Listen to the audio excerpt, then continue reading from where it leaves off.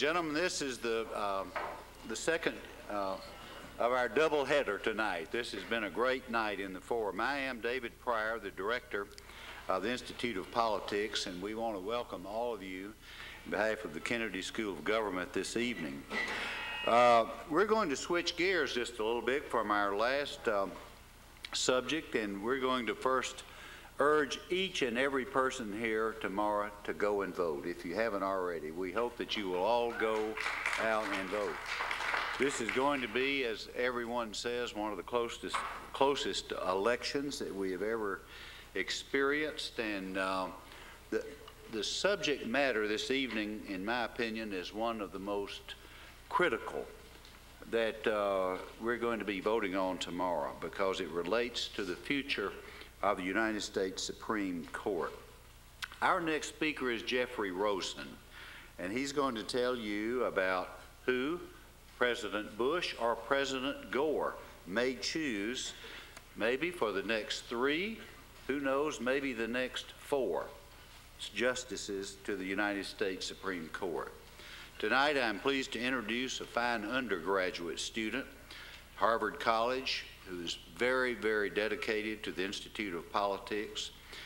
She recognizes the importance of the Supreme Court.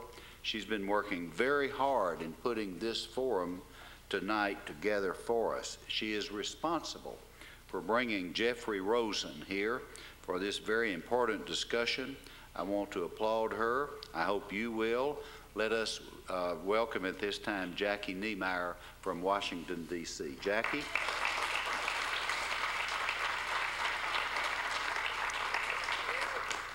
Good evening, Democrats, third-party voters, Republicans, undecideds, and others.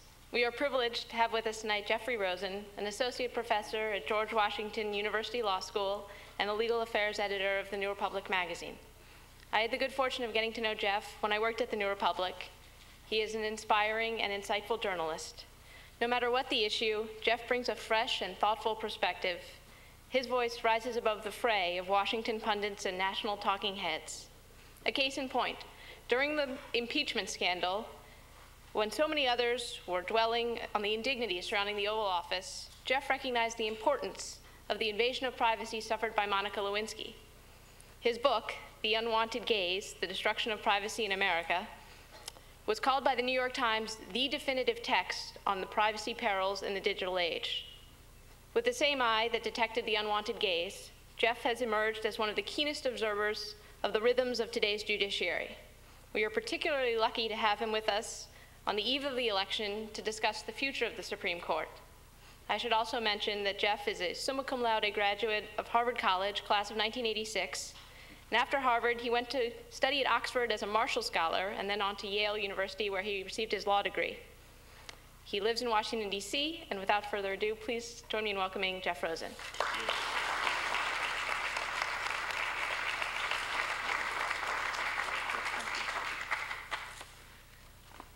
Thank you so much, Jackie.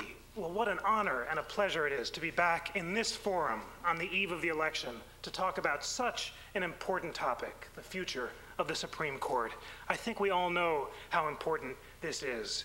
Especially if George Bush wins, the effects on the Supreme Court could be dramatic, and they can be summed up in a single word: dignitude.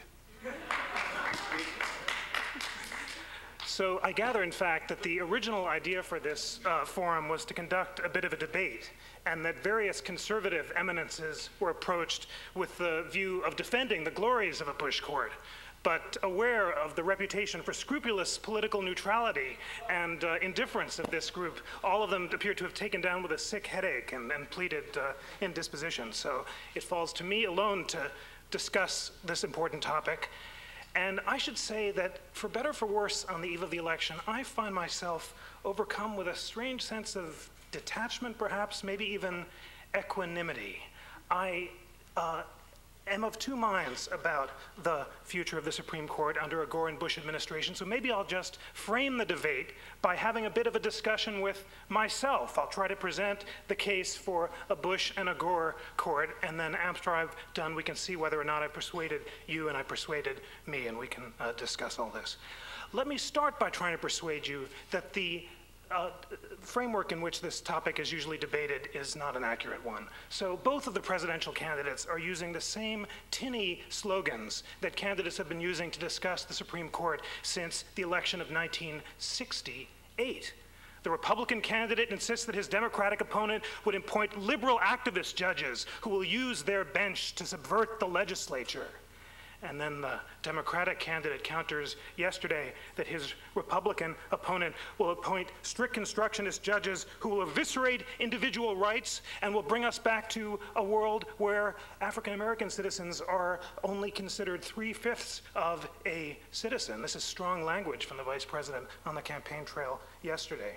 I want to try to persuade you that this rhetoric of activism and restraint is in fact not only wrong, but reversed. Reversed, that at the end of my brief talk, I want to persuade you that if we define judicial restraint as deference to the political branch, it is the Democrats who are the party of judicial restraint and the Republicans who are the party of judicial activism. And whether or not you consider this a good or a bad thing will depend not only on your views about the substantive issues involved, but which you fear more, the tyranny of unelected representatives, or the tyranny rather of elected representatives, or the tyranny of unelected justices of the Supreme Court. So that's my thesis, and we'll see whether I can persuade you of it.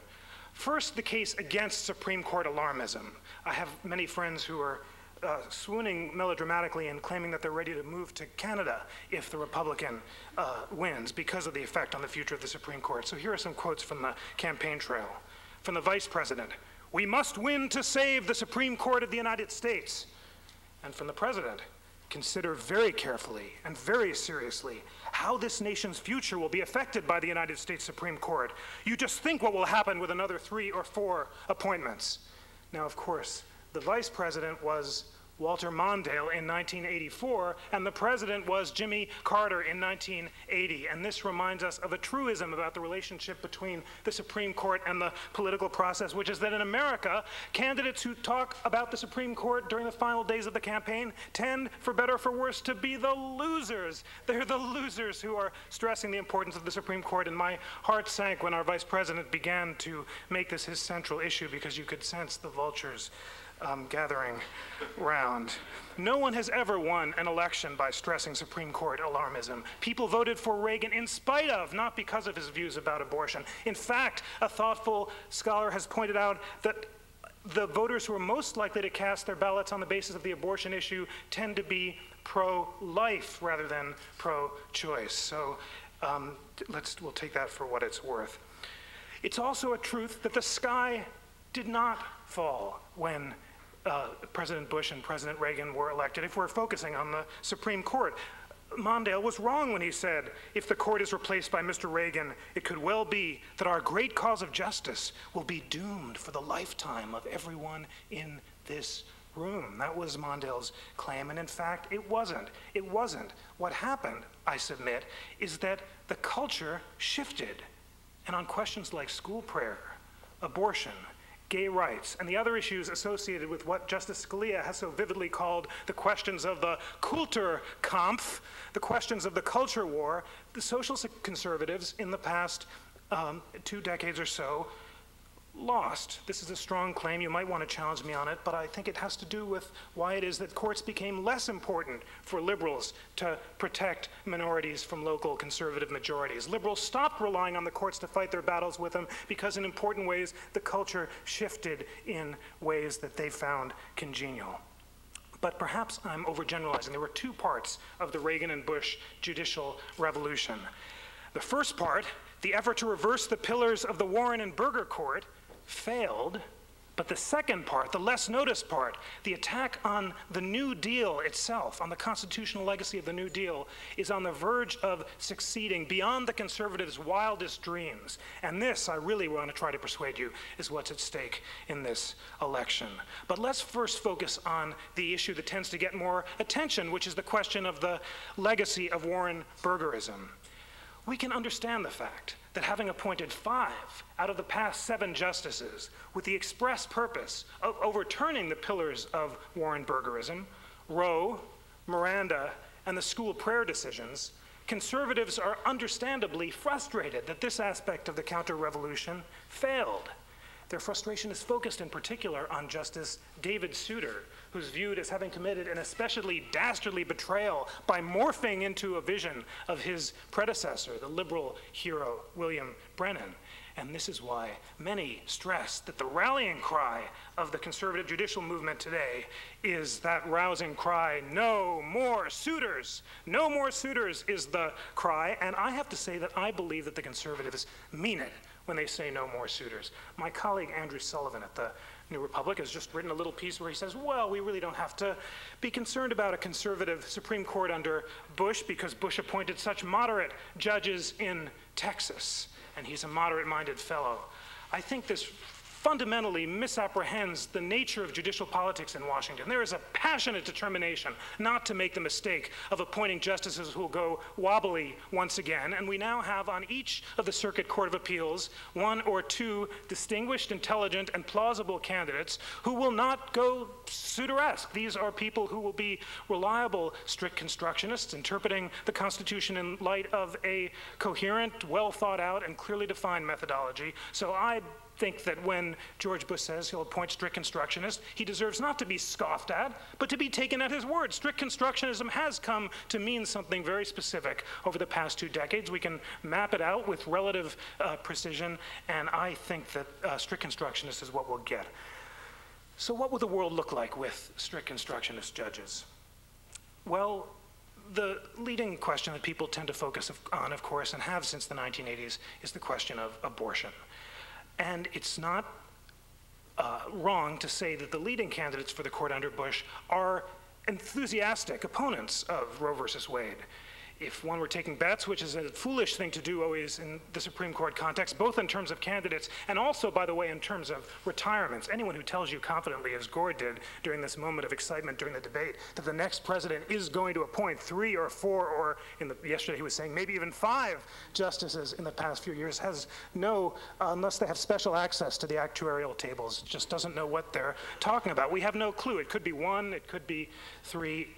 Speculation is foolish. But if you want speculation and you wanted to put odds on one of the likely Supreme Court candidates, wouldn't be crazy to say that there'll be strong pressure to appoint a Hispanic justice among either Democrats or conservatives. And among conservatives, the leading candidate is Judge Garza of the Fifth Circuit, who's a former Marine captain and a modest-minded gentleman whose only enthusiasm seems to be exercised on the question of abortion. He wrote a rather intemperate opinion in which he said that Roe versus Wade was inimical to the Constitution and denounced the Supreme Court for having gone wobbly when it came time to overturn it. So his confirmation hearing should be interesting.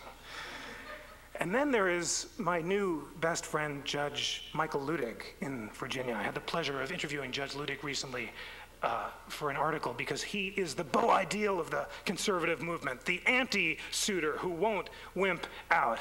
And he is charming. I was absolutely charmed by him.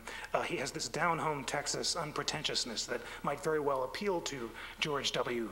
Bush. He has a personal tragedy as well, which he reluctantly discussed. His father was tragically murdered 6 years ago, and he speaks of this very movingly.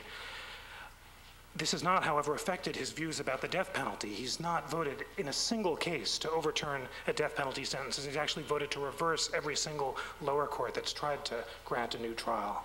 But again, on the question of abortion, Judge Luedig is passionate. He wrote the opinion narrowly overturned by the Supreme Court, striking down laws restricting partial birth abortion. And he's also an opponent of various other restrictions on the ability of states to regulate abortion. So why is it that, having laid this out to you, I don't in fact feel that focusing on the future of Roe is appropriate? An awful lot of ducks would have to fall into place for Roe versus Wade to be overturned. You'd need 2 strong pro-Roe justices to retire and to be replaced by 2 anti-Roe justices. Those justices would have to be confirmed by an alert Senate. And then finally, when the time came to actually pull the trigger, these justices would have to ignore the fact that the case had been not merely decided, but reaffirmed in 1992, and in fact decide to pull the trigger. So it's not inconceivable, but it seems to me improbable is too strong a word, but an awful lot of contingencies would have to develop. So while I think it's too strong to say, as Ralph Nader does, that it, first of all, doesn't matter in terms of abortion who's appointed to the court, and that even if Roe versus Wade were overturned, this would have no substantial impact because states would then be free to either protect or restrict abortion as they pleased, and national opinion is shifting in a more pro-abortion direction, focusing obsessively on Roe would be a mistake. We're likely to miss the larger issues that are lurking behind this choice. So that's my thought on Roe. There are, however, other aspects of the Warren Burger legacy where the court is more closely divided and where a single justice could make a dramatic difference. The court on Roe is divided 6-3. You'd need 2 appointments. I'm going to now tell you about 2 areas in which the court is narrowly divided by a vote of 5-4, and a single new justice really could dramatically change the landscape. The first is affirmative action. Affirmative action. The court has been reducing the discretion of the states and federal government to engage in affirmative action for the past 5 years or so. But the great question of the constitutionality of affirmative action in public universities and high schools is still open. This question, like so many in our national life, rests on the worthy but elliptical shoulders of Justice Sandra Day O'Connor, the Delphic oracle who plays her cards very close to her vest so that every year lawyers have to go to the Marble Palace and bow down before the oracle trying to discern her mystic views, and she's very coy about telling us what she thinks. So the country is in many regards being run by Justice O'Connor, and if she were to resign and to be replaced by a principled, shall I say, opponent of affirmative action, someone who really believed that the Constitution was colorblind in all circumstances, this would be a big thing. Now you might say, well, we've had experiences in California and Texas where affirmative action has been forbidden by state constitutional amendment or by overly eager lower court judges, and in fact the sky hasn't fallen. In Texas and Florida and California, universities are able to embrace 10% plans that make it possible to engage in social questions of social advantage without being explicitly race conscious. But the effect on the universities in Texas and California, I think, is not, it's not a happy story, and I think that this really would be a dramatic change if affirmative action were prohibited. The second area, which is complicated but extraordinarily interesting, is that of religion and vouchers. So I was just reading on the way over a very interesting article in the Harvard Political Review written by my near namesake, a sophomore called Jeffrey M. Rosenfeld. And he made the excellent point that the court is narrowly divided 5-4 between the strict separationists and the partisans of open religious practice, and that the prayer might be resurrected under Bush and would be banned under Gore. This is a very nice point, but I think I'd like to just introduce one third position, maybe just to complicate it a little bit. So I would identify 3 positions on the Supreme Court today.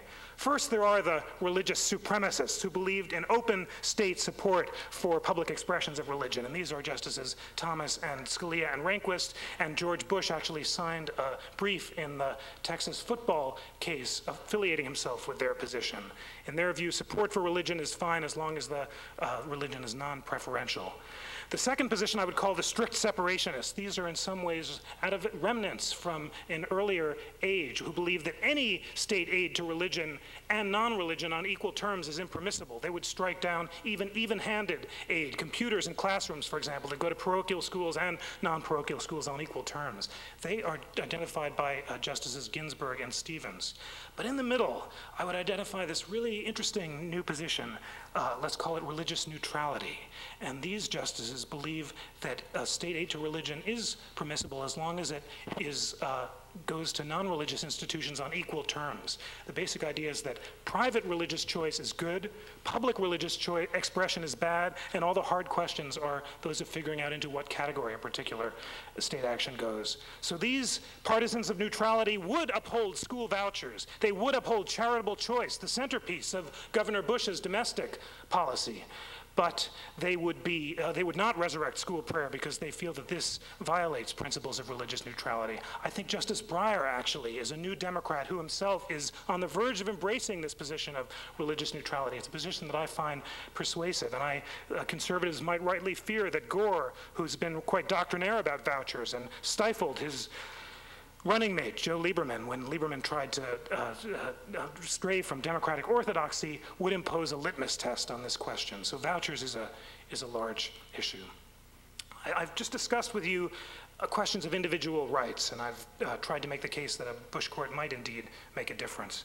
But the largest difference that I want to persuade you of has to do with questions of government power, and particularly the question of federalism. Federalism is a question that tends to make people's eyes glaze over, and again, you feel like sort of getting a cold compress and having a little nap when you hear this word, but in fact, it's no less important than affirmative action and abortion. For the past 50 years, between 1941 and 1995, the Supreme Court did not strike down a single national law as exceeding Congress's power under the clause that authorizes Congress to regulate interstate commerce. By contrast, in the past 5 years, between 1995 and 2000, the court has struck down, in whole or in part, no less than 25 federal laws. The Violence Against Women Act, the Religious Freedom Restoration Act, the Gun-Free School Zones Act. These are just some of the cases in which the court has exercised its authority. It has denied the FDA the power to regulate tobacco as a drug. It is deciding this year whether or not to question the Environmental Protection Agency's ability to regulate ozone and pollution layers in the public interest, resurrecting something called the non-delegation doctrine, which hasn't been applied since before the New Deal. What we are on the verge on is a fundamental question about the meaning of the New Deal and whether or not its central premise, that federal power is essentially unlimited, will remain in force in the 21st century. There could not be a deeper constitutional question. What makes it so interesting is that the answer just isn't that obvious, and it will be determined by the election. The New Deal revolution was not embodied in a written constitutional amendment. It was embraced as a matter of constitutional common law because of the view that the judicial activism that prevailed between the progressive era and the 1940s, in which conservative justices felt empowered to strike down progressive legislation, maximum hour laws, minimum wage laws, as well as the National Recovery Administration itself, could no longer be embraced on the views that the economic theories underlying the prohibition on redistribution that had been embedded in the 19th century Constitution were no longer contested. The Depression had unsettled the idea that redistribution was a form of special laws that favored one group over another, and instead, welfare laws came to be seen as in the public interest, adducing to the good of the whole. Don't you see, what makes this debate so hard to appreciate and also so important is that that premise of the New Deal itself is no longer uncontested. We're living in the age of the internet where the idea of top-heavy administrative regulation is contested. Some go so far as to suggest that even the Securities and Exchange Commission is redundant in an age when transparency ensures that people have full access to market manipulation and don't need federal regulators to protect them from fraud. So in an age when the political support for the New Deal administrative state is contested, it's no longer enough for law professors to say, well, it must continue to be this way because it's been done like this for the past 50 years. So that's what's going to be decided tomorrow, because there's, as sure as day, the justices appointed by George Bush will, and indeed he said should, resurrect these limitations on federal power that have been dormant since the 1930s, while Gore justices are likely to keep their hands off. So this leads me to the thesis with which I began, which is that if judicial restraint is defined as deference to the legislature, then who could deny the fact that it is the Republicans who are the party of judicial activism and the Democrats who are the party of judicial restraint? Let's quickly run down the issues that are likely to be faced by a Gore court, and you'll see that on almost all of them, the Gore justices are likely to defer to ensure that political questions, as Republicans used to like to say, are decided in the legislature rather than the court. So federalism, the Gore justices say no limits on Congress's power. Let's defer to the legislatures. Affirmative action and voting districts constructed for the benefits of minorities. The Gore justices say hands off. This is a question that should be decided by the political process. Even free speech, including that central question, campaign finance reform. The Gore justices are likely to defer to the political branches if they choose to restrict speech, and the Republicans to second-guess them. This leads some free speech libertarians, such as myself, to think on policy grounds that this might not be the best thing in the world. I know some feel that the Gore court might be more inclined to let Congress and the state legislatures regulate speech, politically unpopular speech, and what's determined to be the public interest. You may not like this on policy grounds, but there's no question that it's restraint of the most bracing variety. And are there any exceptions to this litany of restraint? Well, vouchers, as I've suggested, might be one. A Gore court might be likely to second-guess vouchers, but a justice in the model of Stephen Breyer would not be. And then there's this question of privacy and abortion. And, but even here, with the exception of abortion, which is a separate case because it's on grounds of precedent, it's been reaffirmed, and judges are reluctant to overturn a case that's been twice reaffirmed. It's my belief that there's really not too much support these days for old-style Roe v. Wade-like creations of, and expansions of the right to privacy. After all, Justices Ginsburg and Breyer joined a unanimous Supreme Court in refusing to recognize a broad and undifferentiated right to die.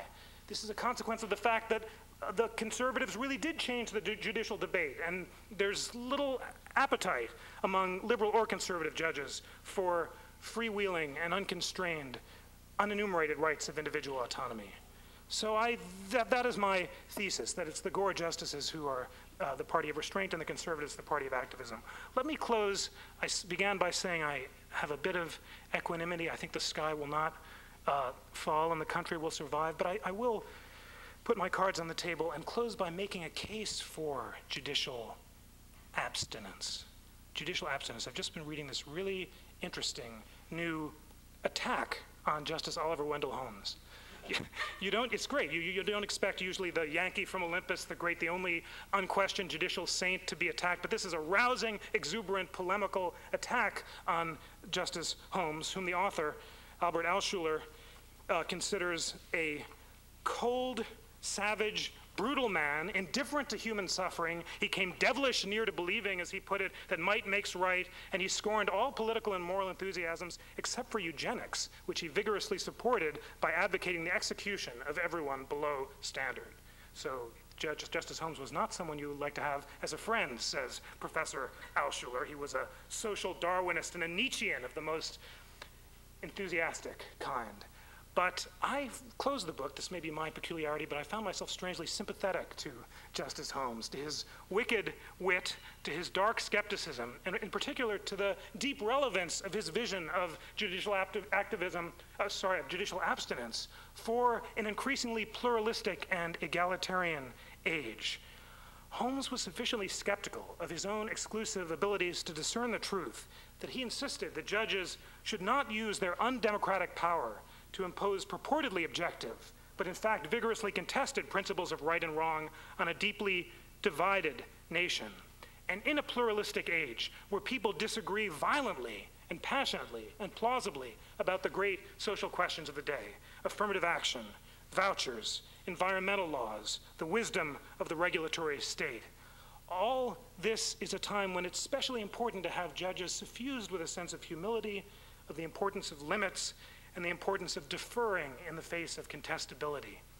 Thanks to the judicial revolution that conservative presidents like Reagan and Bush precipitated, liberals weaned themselves of the urge to rely on unelected judges to fight their policy battles for them.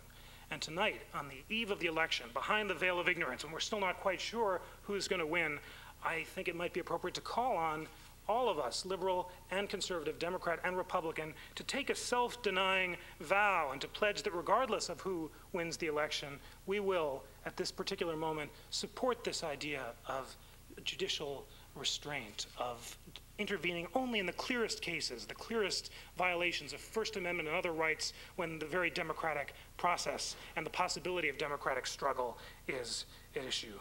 So that is my plea and my pledge, and I thank you so much for listening to me tonight.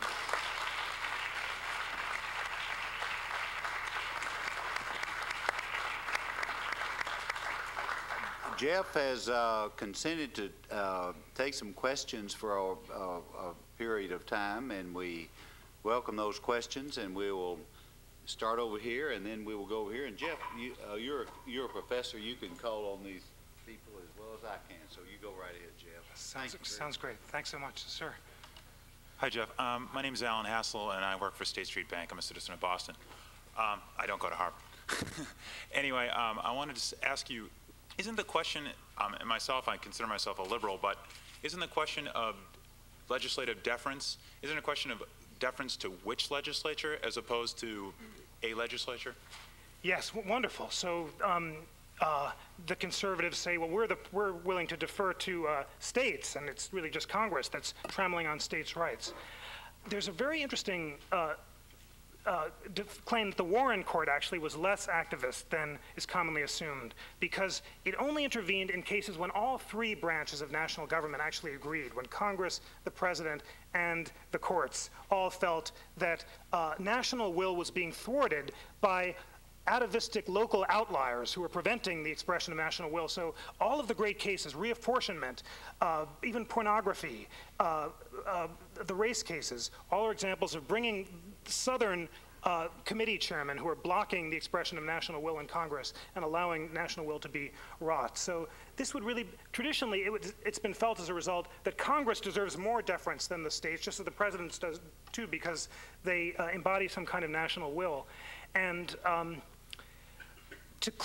but here's the nub of your question. So that's why I think, in general, we should be more deferential to Congress than the states. But the consequence of really taking seriously limitations on Congress's power, believing that the Interstate Commerce Clause has serious limits, would be to strike down most of the New Deal regulatory state. I think Justice Clarence Thomas recognizes this. This is a candid justice who says that if we were to take seriously this vision of states' rights, we'd have to strike down the EPA, the FCC. Many of the buildings in Washington would be dismantled.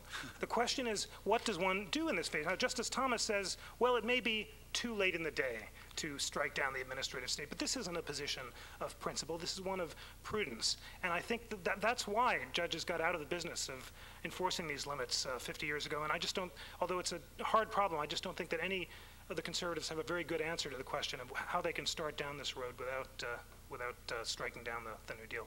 But thank you for that. Sir. Oh. Hi, my name is Amit Bordia. I'm a graduate student here at the Kennedy School, and I'm from India. In the last 2 months during the campaign, the one thing that has struck me most has been the use of judiciary and the possible appointees and the Supreme Court by the two candidates. In India, it's a huge democracy. The use of the judiciary and tampering with it by the executive in the elections is unheard of. It's never done. And it struck me how names are thrown, and even in the first debate we noted people saying the two candidates, and we're talking of the Gore court and the Bush court, sort of the Maharaja courts, whatever. I just want to ask you, as practitioners in the field, does it threaten sometimes the close relationships between executive and the use of judiciary in the elections to the Americans? It's such an interesting question, isn't it? And the contrast is useful too. But if we think about it, mightn't we even say that the centrality of the court in election campaigns is in some ways a reminder of its strength and independence rather than its subordinates to the judiciary? So I'd be very interested in learning more about the way the Indian courts operate. But the courts in Britain, for example, are not election issues because they essentially are administrative bodies that are often tools of Parliament. It's because our Supreme Court has unreviewable power that citizens take an appropriate interest. It's a good thing we're here tonight, because there actually is a big difference between the judicial philosophies of the two candidates, and that's why confirmation hearings are important, and that's why it's important to make an informed choice about which kind of judge you appoint. Now, I think I would say that I share your sense of discomfort with the openly political idea of Gore seeming to promise to appoint a particular kind of justice. Maybe this is the fault of the Supreme Court itself. One of the unfortunate effects of Warrenism, the Warren Court, was a rhetoric of judicial supremacy, which essentially says the Constitution is what we say it is, period. This first surfaced in 1958 in Cooper versus Aaron, when the court lectured Governor Faubus on his duties in Little Rock to obey the commands of the court. But in the Warren era, as I suggested in response to the last gentleman, the rhetoric of supremacy was only invoked in questions of national emergency when the three national branches disagreed and people thought that states would defy them. By contrast, today the Supreme Court invokes this supremacy rhetoric when striking down relatively insignificant laws like the Religious Freedom Restoration Act, whose only sin is that the Congress has presumed to interpret the Constitution more expansively than the court. I think it's when you have a court addicted to notions of supremacy that people are forced to fight election campaigns and confirmation battles on the basis of judicial philosophy, because Congress and the people and the president have no other venues for expressing their constitutional will. All you can do is appoint Justice Luedig or Judge Tatel to the Supreme Court, because Congress can't decide in a particular case that it really disagrees with the Supreme Court's interpretation, wants to interpret the Constitution more expansively. There was a different vision of the Constitution, associated not with Holmes but with Justice Marshall, which really saw the Supreme Court as deciding cases rather than resolving national controversies, leaving Congress and the president to reach their own decisions about what the Constitution meant. This is what Thomas Jefferson did when he refused to enforce the Alien and Sedition Act as unconstitutional. So I think the problem you identify is serious. On balance, I would say that it's a good thing that all of us care about the Supreme Court, because it's a sign of the fact that the court is interpreting popular sovereignty in the deepest way, but perhaps the court itself, by being so haughty and supremacist, has contributed to the politicization of this process. Sir? Thank you. My name is Richard Palin. I'm a graduate of here as well. A quick question. Ralph Nader, in trying to convince Gore voters that it's okay to vote for him, for Nader without threat of hurting the court, points out that it seems to be a very long commute from a presidential candidate's promise to appoint a particular kind of judge, that judge actually getting through the process and then turning out to be, once he's a judge, exactly, or she's a judge, the way everyone expected in the beginning. He also pointed out that from his perspective, some of the most objectionable judges were appointed dominantly by Democrats. I think one was 98 to nothing, and another one, 12 Democrats were required to, some number like that were required to cross over to vote for the candidate. What's your view on all of this? Is it in fact as unpredictable as Ralph Nader would have us believe, more or less? Wonderful question. The first thing I'd like is for President Nader to articulate for us his vision of the Nader justice and exactly what his, the mind reels at the coherency of his views on these questions. But there's something, vain man, ridiculous. So, absolutely, that's why we're all here worrying about the Supreme Court. But there's something to it, and I do share the view that insisting that Roe definitely will be overturned is hyperbolic because a lot of things have to happen. But generally, I think it's short-sighted, naive. The Republicans have done a lot better job than the Democrats in articulating a coherent judicial philosophy, fostering it in the law schools with teachers and organizations like the interesting and useful Federalist Society, and appointing judges in a determined way, picking the brightest minds from the academy, placing them on the lower court so that they're ready to be appointed for the Supreme Court, and developing a farm team whose unpredictability should not be overstated. So this was a good thing. The Republicans, President Reagan and Attorney General Meese viewed the courts as one of the most important things that they could change, and they did. President Clinton, by contrast, has cared a lot less about the courts. I think he deserves honor for his restrained justices, Ginsburg and Breyer, who are extremely deferential, but for all of their virtues, they are not leaders of an intellectual movement. They are not acolytes of Ginsburg and Breyer. We can't sort of use them. They're not deciding individual cases like Justice Scalia does, like a chess game, placing seeds that will come to fruition in cases 5 years and 10 years down the line. They're basically just very deferential people. So that's my thought, that there's some possibility for change and confirmation conversion, and certainly a very vigorous opponent of Roe, a really hardcore strict constructionism might arouse a firestorm. But I tell you, those conservatives are ready for that firestorm. My friends, my Republican friends, properly tell me, if you can't appoint justices who won't go wobbly, what's the point of having the White House anyway? They take this seriously, as well they should, and they know who's going to be with them and who not. So I think that's my thought. Thank you. Thanks. Sir? My name is Terry McGinty. I'm a graduate of your law school, and I'm currently a mid-career student here at the Kennedy School of Government. I am having a little trouble understanding part of your presentation, which is that given what you've described in terms of the questions of federalism, especially, and several other areas, you kind of poo-pooed Walter Mondale in 1984, saying that these decisions would be, that our system would be dismantled. Well, isn't that exactly what's happening now in the past 5 years with these federalism decisions? So I understand your conceptual framework in terms of strict constructionism or activist court as opposed to a non-activist court, but substantively, it seems to me that I don't think that there's a lot of hyperbole going on here. Good. This is very helpful. So why do I say that the sky didn't fall in the past 5 years, and would it in the next 10? It's very close to falling.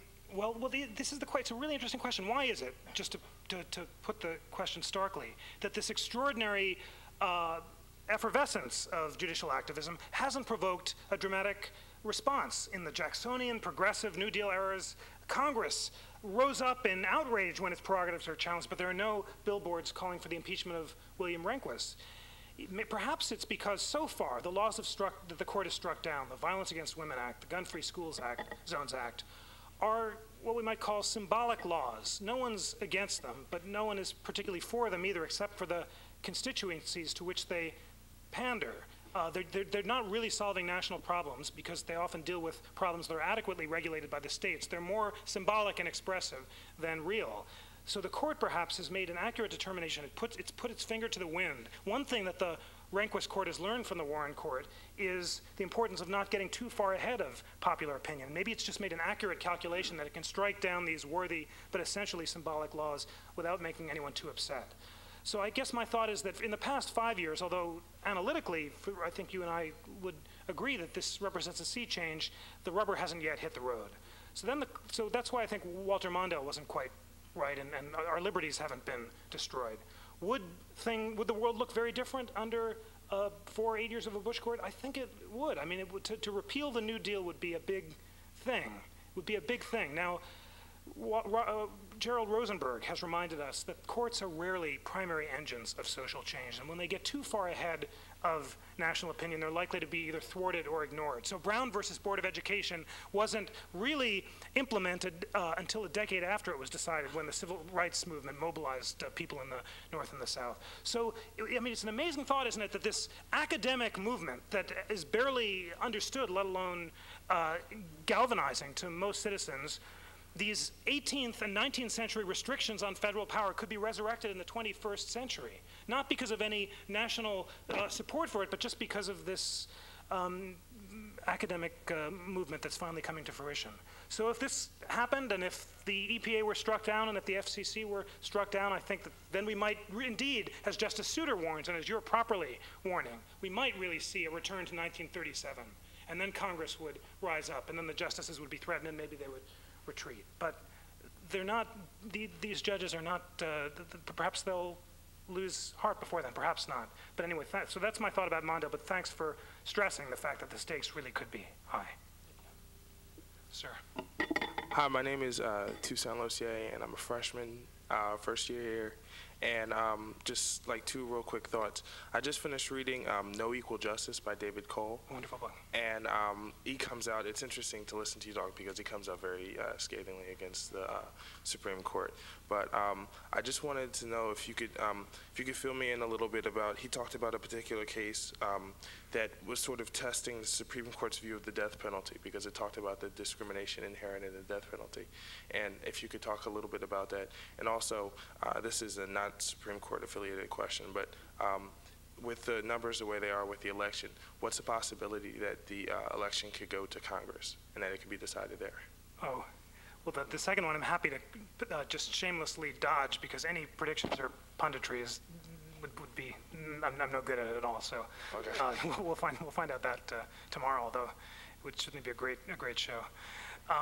The first one is Cole does indeed write interestingly about the McCleskey case and the fact that this Supreme Court is reluctant to hold that state action that has racially disparate impacts but is not intentionally discriminated discriminatory, violates the Constitution. So the court refused to hear evidence that the death penalty was administered in ways that those who assaulted white victims were much more likely to get the death penalty than those who assaulted black victims. And this empirical evidence wasn't enough to overcome its refusal to abandon this requirement of clearly intentional discrimination.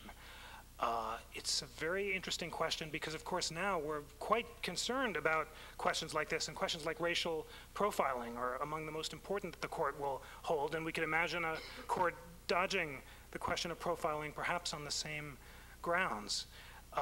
And the death penalty, and the death penalty, it is an ideological divide. It's just a reality that conservative judges are much less reluctant to look at empirical evidence, to grant new hearings, than any other. And in an age when actual innocence, thanks to work like Harvey Silverglade is doing, DNA evidence and other evidence, is becoming all the more important, narrow decisions that restrict the ability of people to introduce this evidence could lead to some kind of national backlash. So this is a good case to remind us of the difference between the two camps, because procedural limitations can often have very large effects. Thanks so much. Thank you.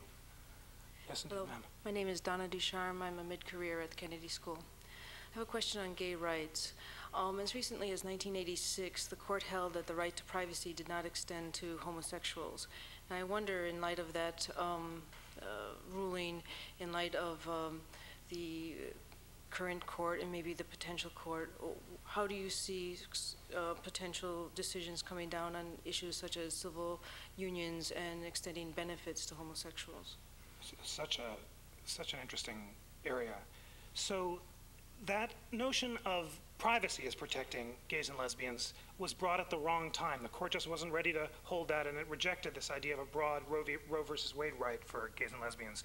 But in the Romer versus Evans case involving the Colorado Anti-Gay Rights Initiative that said that no claims of discrimination could be brought for gays and lesbians, the court, 6-3, I think, per Justice Kennedy, no raving liberal he, actually struck down this amendment and said that it was a core violation of the idea of protection of the law to deny to gays and lesbians the opportunity to seek redress for claims of discrimination that everyone else had accessible to them. What does this tell us? It tells us something about Supreme Court strategy.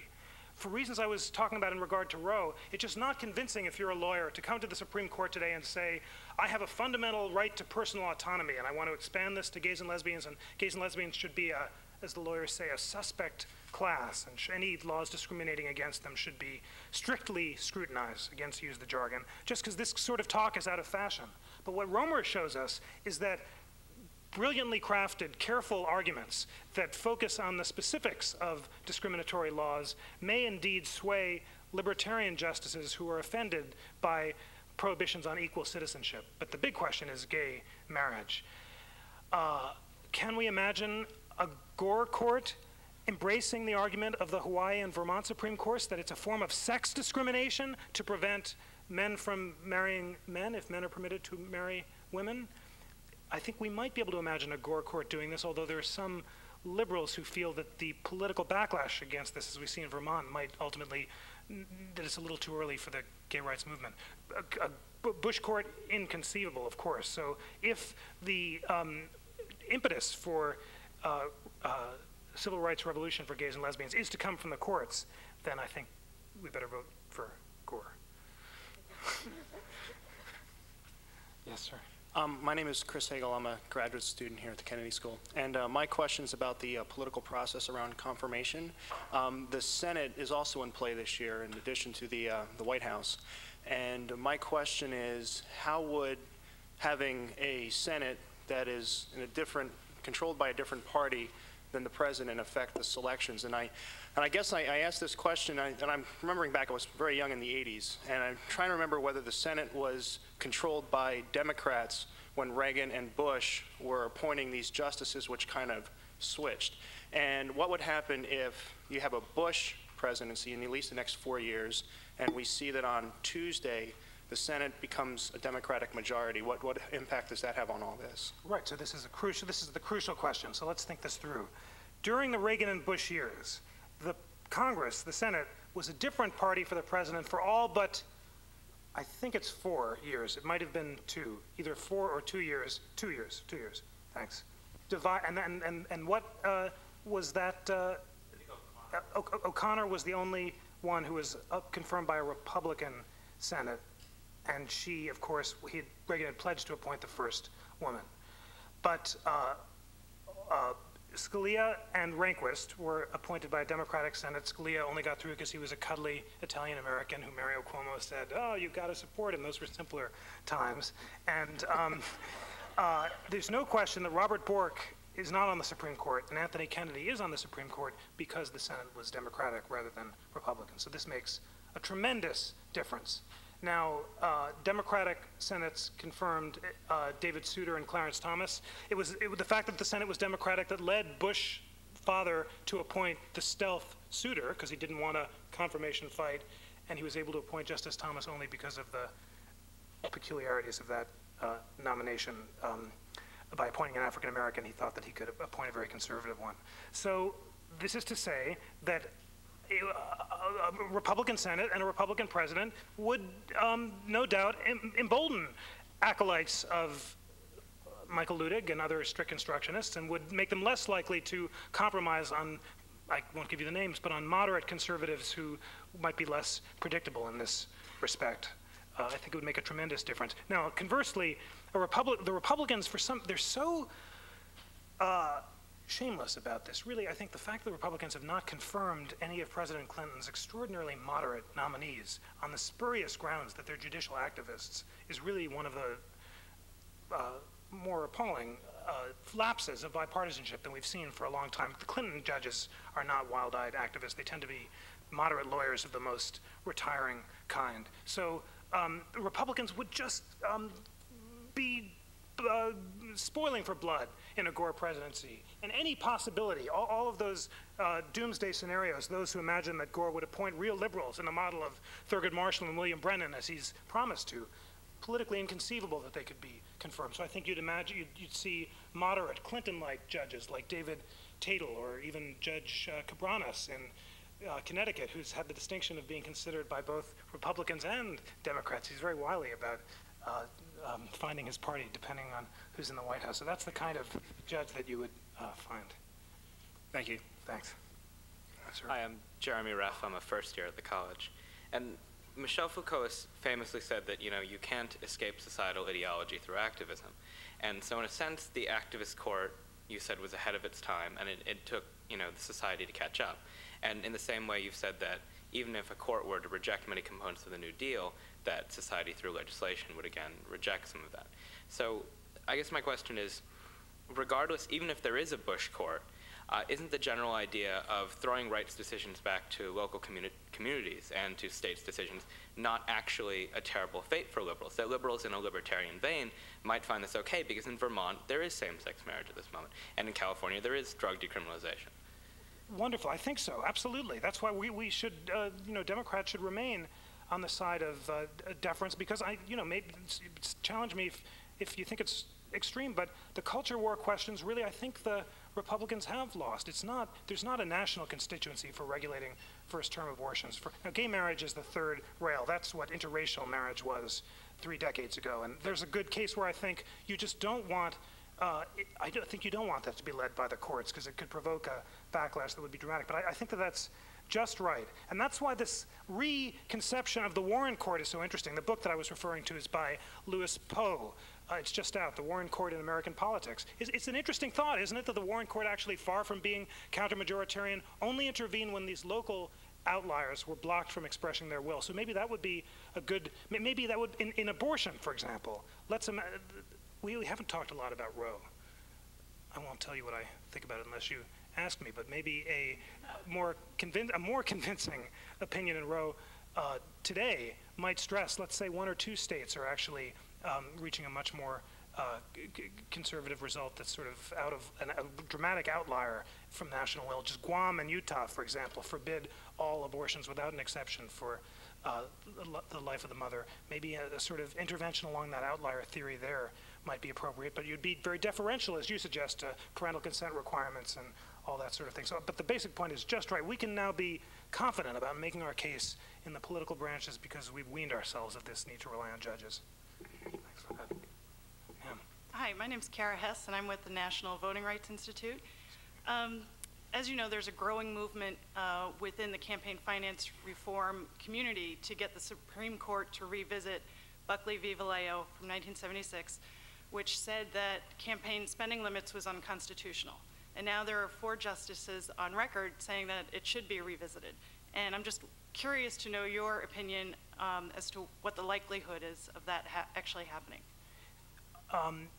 This is another issue where the election can make a big difference. This is the suspicion of Buckley is really in the air, and I think I would even say that many Democrats, including me, are skeptical of some of the reasoning in Buckley and are convinced that Justice Thomas is correct when he says that the distinction between hard and soft money is increasingly elusive in an age of an internet where if my boss, Marty Peretz, for example, is prohibited from writing an editorial on behalf of his best friend Al Gore, prohibited from giving money to Al Gore, in the old days he could buy the New Republic. Nowadays, if a Bush supporter is prohibited from giving money to Bush, he can start up an internet site, because as spectrum scarcity evaporates, it's not only a few people who can be publishers. Anyone can turn themselves into a publisher if they're not able to give the money directly. So I think that there is support for this among liberals and Democrats. On the other hand, the Breyer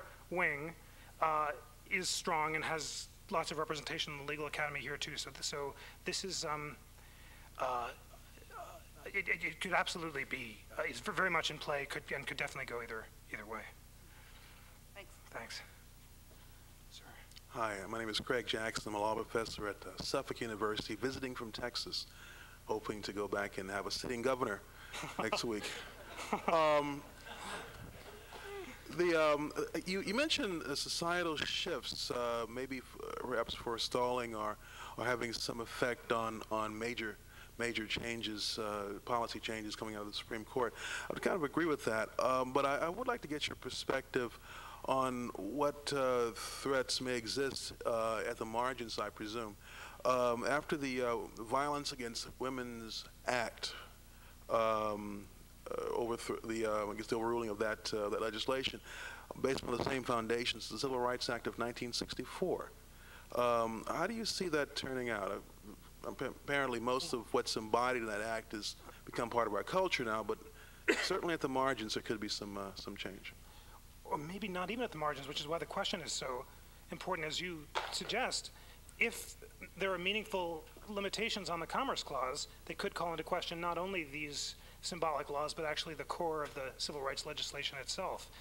This might be less alarming than we thought if the Supreme Court were more indulgent of Congress's power under the Equal Protection Clause. We know that it was a coincidence of litigation strategy that in the 1960s, the Supreme Court upheld all the great civil rights legislation under Congress's power to regulate interstate commerce rather than under its more plausible textual home, which is the majestic 14th Amendment guarantee that empowers Congress to enforce the equal protection of the laws. The most remarkable thing about the federalism revolution is that the court, in cases like the Religious Freedom Restoration Act case, is cutting back not only on the Commerce Clause, but also on Congress's power to interpret the constitutional guarantees of equal protection more expansively than the court itself has interpreted them. So the court is basically in full Wizard of Oz supremacist mode, saying the Constitution is what we say it is. If you think it means something more expansive, tough luck, Charlie, we rule, period. So these civil rights laws could not be reconceived under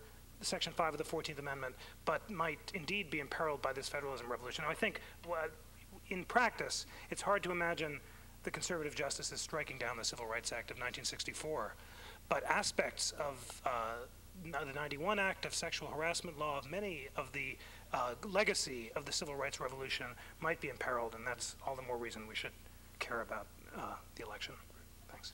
I have a question. Under the fairness doctrine, Jeff, made applicable to television stations, just last week, a television station in Pittsburgh and Little Rock endorsed candidates for president, openly endorsed. They're playing the spots every hour now.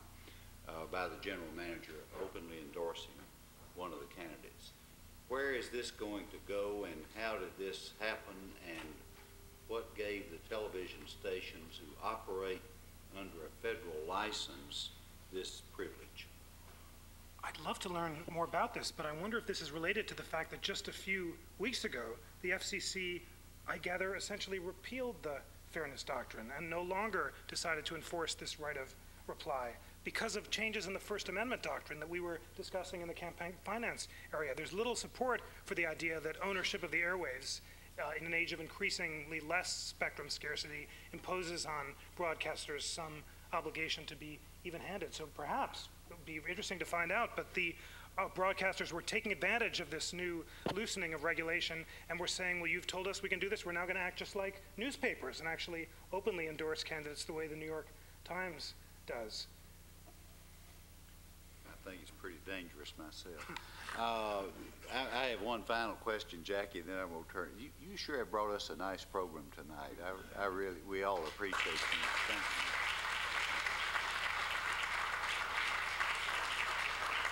Back last spring, standing at this very podium on this stage, Jeff, was a gentleman by the name of Ken Starr. Yes, my dear friend, absolutely. Okay.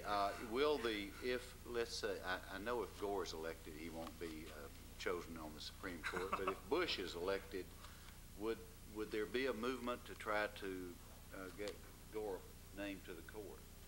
Starr named to the court? Yes. I have to say, a friendly man, perhaps a friend of yours too, but out of all of the candidates who I would most like to put before the Senate of the United States, if I were President Bush, I don't think that Ken Starr would be at the top of that list. Just a hunch, but I wouldn't put my money on it. Jackie, do you have any final comments? We want to thank you, Jeff. Thank you so very much. We've been highly privileged. Did you have any comments? We've been highly privileged tonight to hear you, and thank you for coming once again. Thank all of you. This has really been good. Don't lose your. Excuse me. Hey.